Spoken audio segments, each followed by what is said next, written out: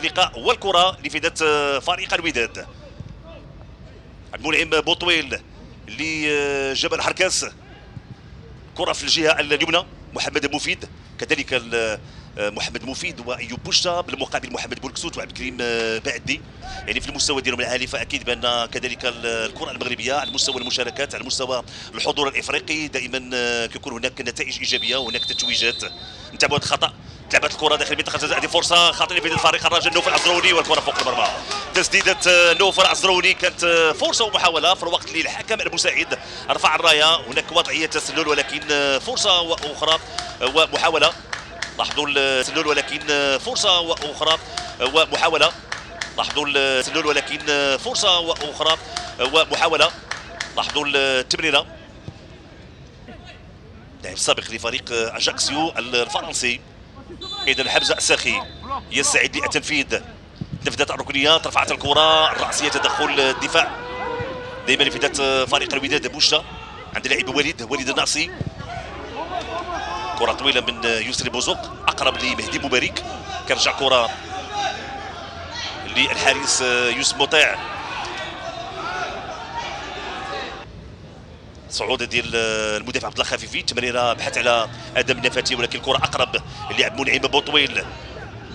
ترجع الكره من جيبيلو ميلولا على المستوى الوسط، انطلاقه ديال اسامه الزمراوي مراوغه مبتعزه ديال اسامه الزمراوي مراوغه مبتعزه ديال اسامه الزمراوي مراوغه مبتعزه. لاعبين او ثلاثه ديال اللاعبين على مستوى حائط ديال الصد، ديال اللاعبين هما اللي كيقوموا الان بحائط الصد. سنتابع هذا الخطا، سنتابع هذه الكره الثابته لفائده فريق الوداد. رفعت الكره باسماعيل المترجي، فرصه جيبيلو ميلولا تدخل وابعاد الكره من محسن بودا.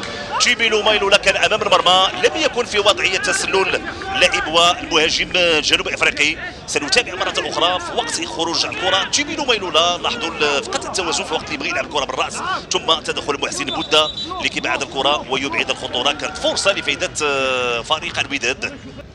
مبارك يرجع حارس انس زليتي، كره متمركزه بشكل كبير في وسط الميدان، لان الوقت اللي كتضيع الكره للرجاء فاكيد العوده بسرعه لنصف الملعب. ونفس الشيء بالنسبه لفريق الوداد، حتى ما يكونش هناك مساحات وممرات، وبالتالي كل طرف يسعى انه يوجد الحل.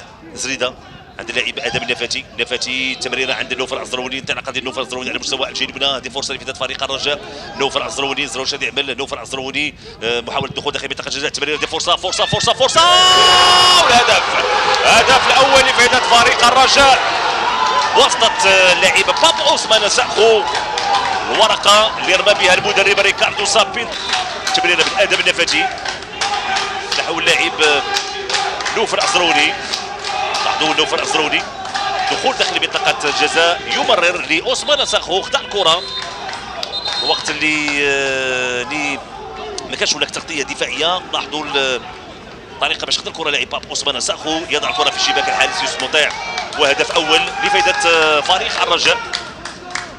عثمان ساخو يضع الكره في شباك الحارس يوسف مطيع، وهدف اول لفائده فريق الرجاء. عثمان ساخو يضع الكره في شباك الحارس يوسف مطيع، وهدف اول لفائده فريق الرجاء. نوباي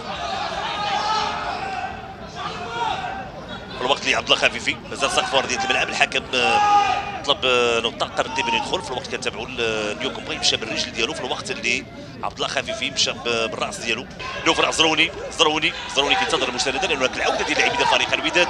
نوفل العزروني تمريره عند اللاعب بيكورو في تنافس مع اللاعب مبارك. هذه فرصه عثمان، محاوله تمرير، تدخل وابعاد الكره من طرف المدافع المنعم بوطويل. كانت فرصه ومحاوله لفائده فريق الرجاء.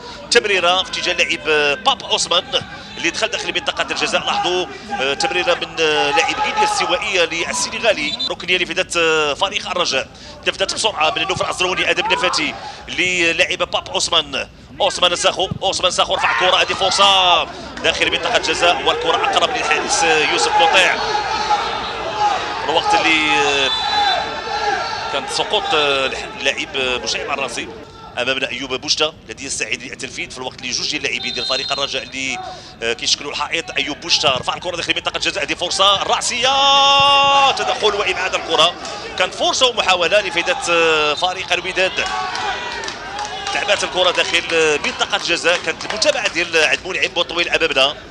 كل ما كان هناك كره ثابته. صعود بوطويل وصعود جمال حركاس. لاحظوا الراسيه ديال بوطويل. هذه فرصه محاوله. هذه فرصه محاوله. هذه فرصه محاوله. يسدد كره قويه تعانق شباك الحارس انس زنيتي، وهدف تعادل لفائده فريق الوداد. فرحه كبيره للاعبي فريق الوداد وكذلك للمدرب رولاني مكوينه.